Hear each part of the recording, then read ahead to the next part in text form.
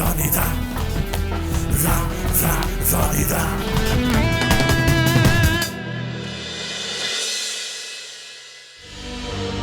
কি কিছু বলবে না? তোমাকে কি সঞ্জয় সেন পাঠিয়েছে আমার কাছে জবাব দিয়ে চাইতে?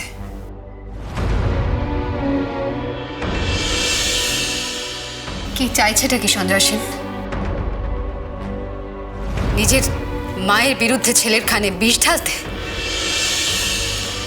আচ্ছা, তুমি হঠাৎ অকারণে বাবাকে কেন সন্দেহ করছো, এই আক্রমণগুলো করছো? আমি কারো দূত হয়ে আসিনি, বিশেষ করে বাবার তো নাই। আমার প্রশ্নগুলোতে বাবার প্রসঙ্গ থাকতে পারে, বাট দ্যাট ডাজন্ট মিন যে বাবার দূত হয়ে এসে আমি তোমার কাছে প্রশ্নগুলো জিজ্ঞেস করছি।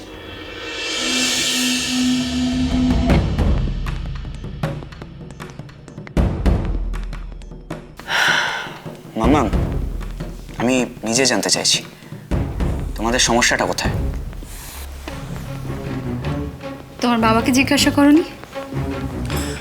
না, সামনাসামনি এভাবে জিজ্ঞেস করা হয়নি এবং এত সিরিয়াসলিও জিজ্ঞেস করিনি। তাহলে আগে তার উত্তরটা জেনে এসো, তারপর আমার কাছে এসো। কেন? মানে তোমাকেই তো আগে জিজ্ঞেস করবো মা। তোমার মুখেই তো প্রথম এই অচেনা জায়গাটার নাম পৃথিবী বলে শুনেছি। তোমার কাছেই তো আমার জীবনের প্রথম সব প্রশ্ন। এটা কি, ওটা কি, ওটা কোন ফুল, ওটা কোন পাখি, তাই না? আমি আমি এসব নিয়ে তোমার সঙ্গে আলোচনা করতে চাই না। কিন্তু জানার অধিকার তো আমার আছে।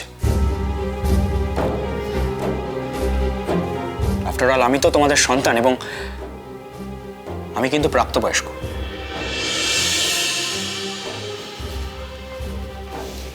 তুমি জানতে চাও? তুমি সত্যিটা জানতে চাও তো? এক মিনিট।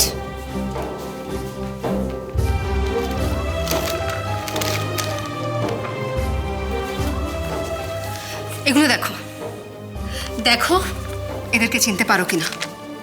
সে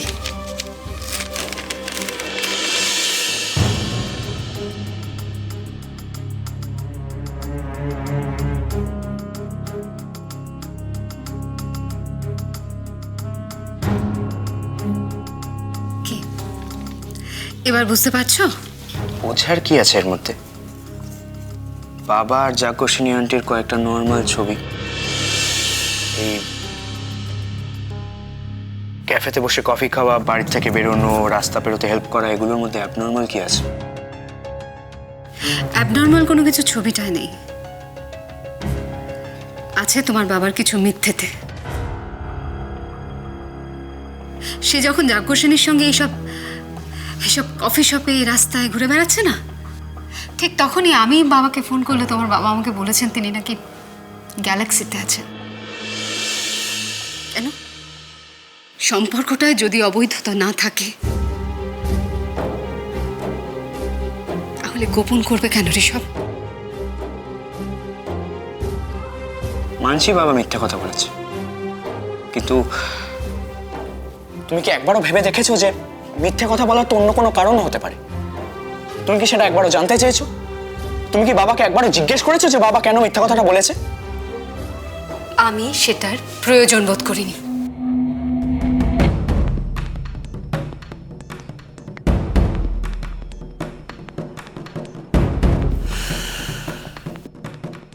সমস্যাটা বোধহয় এখানেই।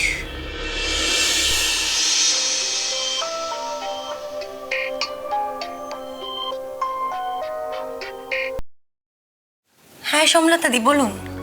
রনির কিডন্যাপের মূল পান্ডা কে সেটা জানা গেছে। কে? মলয় ভৌমিক।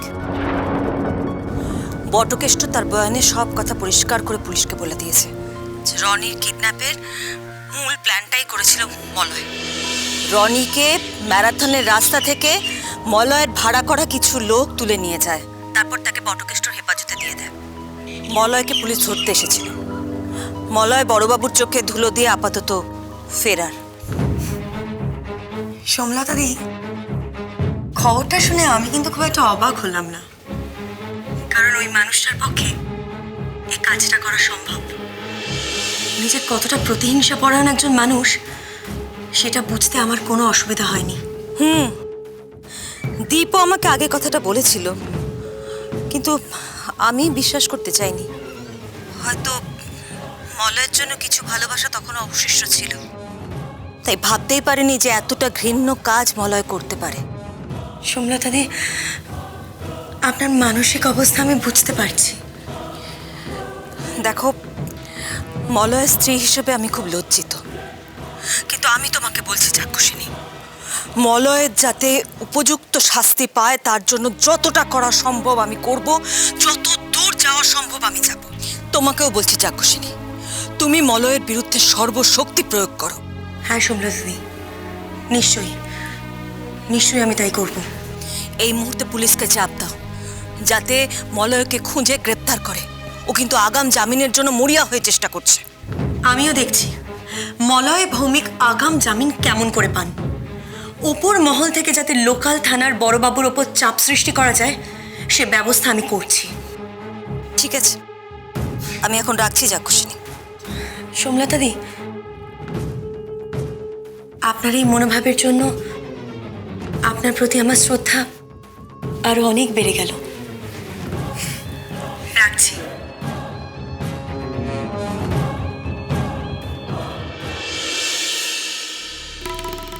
শক্তিটা এখনো কোনো খবর দিল না, কি করে কে জানে।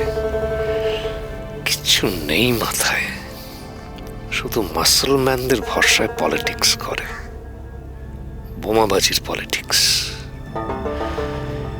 ঈশ্বর মাথার ভেতরেও যে একটা বড় বোমা দিয়েছেন সেটা এরা জানে না।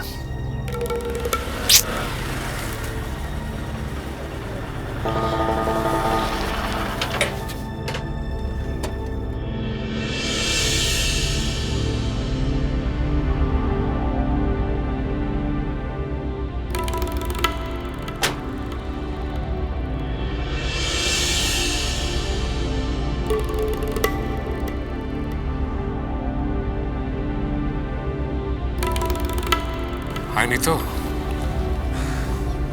না দাদা, হলো না। নাবালিকা কেস, তাই নাকি আগাম জামিন হবে না। পলিটিক্সটা না তুমি ছেড়ে দাও, এই বুদ্ধি নিয়ে পলিটিক্স চলে না। আমার নেহাত পয়সা রয়েছে, কিছু ক্লাবের মাসল পাওয়ার রয়েছে, তার জন্য তুমি কাউন্সিলরটা হতে পেরেছো।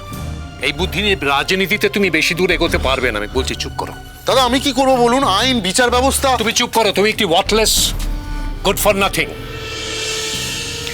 একটা কথা শক্তি মনে রাখো, আমাকে যদি অ্যারেস্ট করে তুমি কিন্তু বাঁচবে না।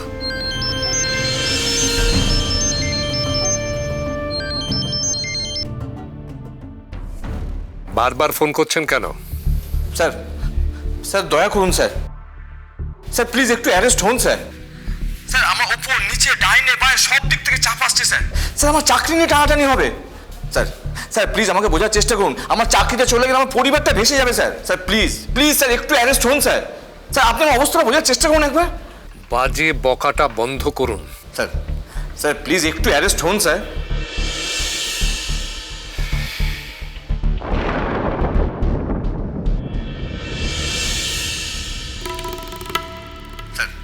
স্যার প্লিজ একটু অ্যারেস্ট হন স্যার। দাঁড়ান, দেখছি। স্যার ঠিক আছে, আমি একটু অ্যারেস্টের বন্দোবস্ত করছি, রাখুন।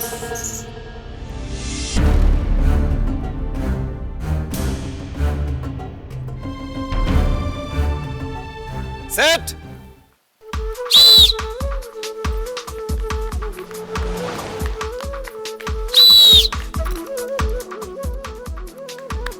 আরে খুব ভালো, শোন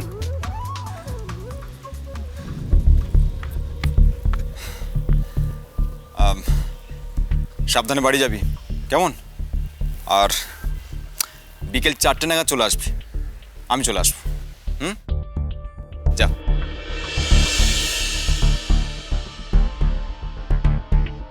কি হলো? আরে পাগলি, কি হলোটা কি? তুমি এখন আমার নগে বাড়ি যাবানি, চলো। না রে, না। না বললে আমি শুনবো নি কো খিচুড়ি দাদা, তোমার যেতেই হবানি আমার নগে বাড়ি, চলো। ওরে শোন, সেটা সম্ভব না। কেন সম্ভব নিকো?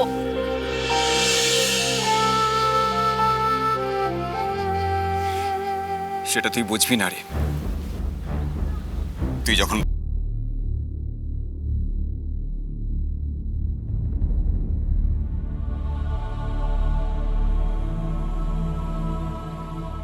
মনটাকে শক্ত করো,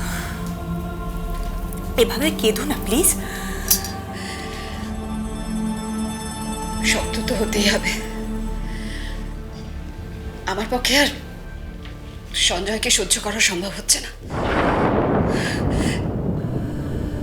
সঞ্জয় এত নিচে নেমেছে যে ও রিকে পর্যন্ত আমার আগেনস্টে উস্কাচ্ছে, ওর কানে আমার বিরুদ্ধে বিষ ঢালছে। কি বলছো কি তুমি? সঞ্জয় রিকে উস্কাচ্ছে তোমার বিরুদ্ধে? ঋতু তোমাকে ছাড়া কিছুই বোঝে না। ঋতু তোমায় ভীষণ ভালোবাসে। তাহলেই ভাবো ওরিকে এভাবে উস্কেছে যে রিয়ে এসে আমার কাছে জবাবদিহি চাইছে, আমাকে দোষারোপ করছে সবকিছুর জন্য। ভাবো এত নোংরা খেলায় মেতেছে সঞ্জয়। হ্যাঁ গো, এসব কি শুনছি আমি? আমার তো আর ভালো লাগছে না। চলো একদিন সঞ্জয়ের সাথে গিয়ে কথা বলি। এসব তো হতে দেওয়া যায় না। থাক, তোমাদের আর কোনো আলোচনা করতে হবে না। তার চেয়ে বরং দাদা, তুমি যদি কোনো লয়ারকে চেনো তাহলে প্লিজ তার নামটা আমাকে জানাও। ব্যাপারটা নিয়ে আরেকটু ভাবলে হতো না হলি? অনেক ভাবনা চিন্তা করা হয়ে গেছে, ভাবনা চিন্তা করার সময় শেষ। সামনে ঋষভের পরীক্ষা, ও কিছুদিনের জন্য কালিম্পং যাচ্ছে।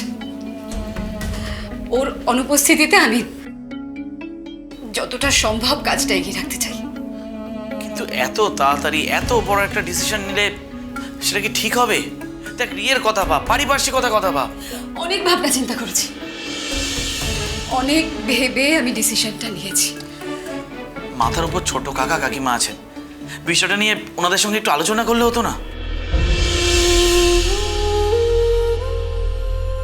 আলোচনা করব না, ডিভোর্সটা যদিও হয়ে যায় ওদেরকে নিশ্চয়ই জানাবো।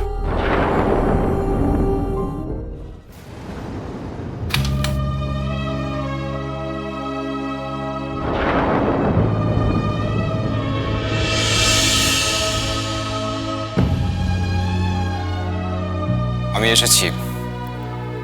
এখন তুমি যদি তোমার মাম্মামের সামনে আমাকে কিছু জিজ্ঞেস করতে চাও তাহলে করতে পারো, আমি তৈরি আছি।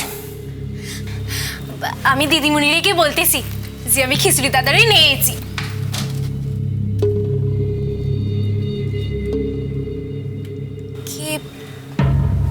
কি হলো? আরে বাবা, আমি তো দিদিমণিকে বলবানি। মা বাড়ি নেই। অনেক চেষ্টা করেছি আটকে রাখার, কিন্তু পারেনি। সে স্কুলে চলে গেছে। ও,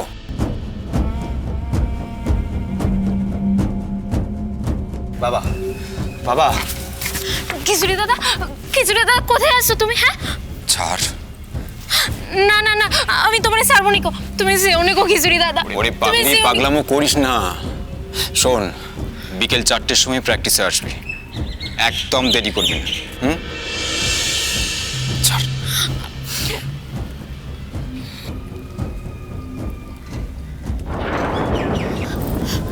আরে বাবা, খিচুড়ি দাদা চলে যাচ্ছে তো। যাও না যাও না, আটকাও না, চলে যাচ্ছে তো খিচুড়ি দাদা। না, এখন আর আটকে লাভ নেই। আমি বিকেলে তোমার সঙ্গে প্র্যাকটিসে গিয়ে কথা বলে নেব।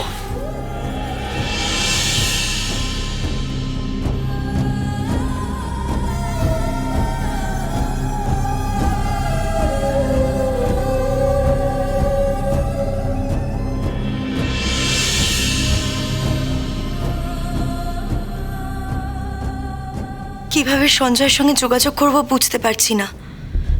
সঞ্জয় তো এখন মোবাইলটাও নিজের কাছে রাখছে না। আমি কি তাহলে একাই থানায় যাব?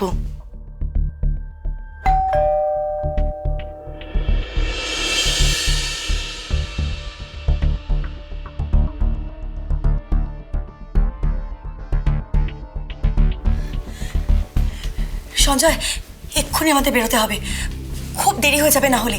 একটা সাংঘাতিক ঘটনা ঘটেছে। কি হয়েছেটা কি? শুনুন, সেসব পরে বলবো, এখন বলতে গেলে অনেক দেরি হয়ে যাবে। তার থেকে গাড়িতে যেতে যেতে বরং আপনাকে সবটা খুলে বলবো। রেবা, হ্যাঁ দিদি। দরজাটা বন্ধ করে দাও। আচ্ছা। চলুন আমরা যাই। সকলি তোমারই ইচ্ছা, ইচ্ছাময়ী তারা তুমি, তোমার কর্ম তুমি করো মা, লোকে বলে করি আমি, সকলি তোমারই আসতে ইচ্ছা। পারি? আসুন। মলয় ভৌমিক আপনার সামনে নিরাপদে পালিয়ে গেল, আর আপনি থানায় বসে নিশ্চিন্তে গান গাইছেন। লা লা লা লা লা লা লা। ভক্তিগীতি ম্যাডাম, লাইলাপ্প তো গাইছি না, বিশুদ্ধ রামপ্রসাদী সঙ্গীত। আপনার তাতেও আপত্তি? মলয় ভৌমিকের বাড়ি গিয়ে আপনি মলয় ভৌমিককে গ্রেপ্তার করতে পারলেন না, মানেটা কি আমরা বুঝতে পারছি না আপনি ভেবেছেন?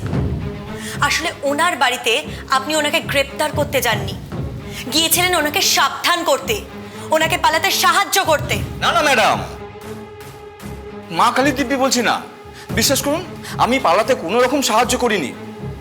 আচ্ছা, আপনি ওনার স্ত্রীকে জিজ্ঞেস করবেন, উনি তো একজন আদর্শবতী মহিলা, একটা কাগজের সম্পাদক তো। আচ্ছা, পুলিশ না হয় মিথ্যে বলবে, কিন্তু ওনার স্ত্রী তো মিথ্যে বলবেন না। ম্যাডাম, একটা ফোন এসছে, আপনি অনুমতি দিলে আমি ফোনটা ধরবো।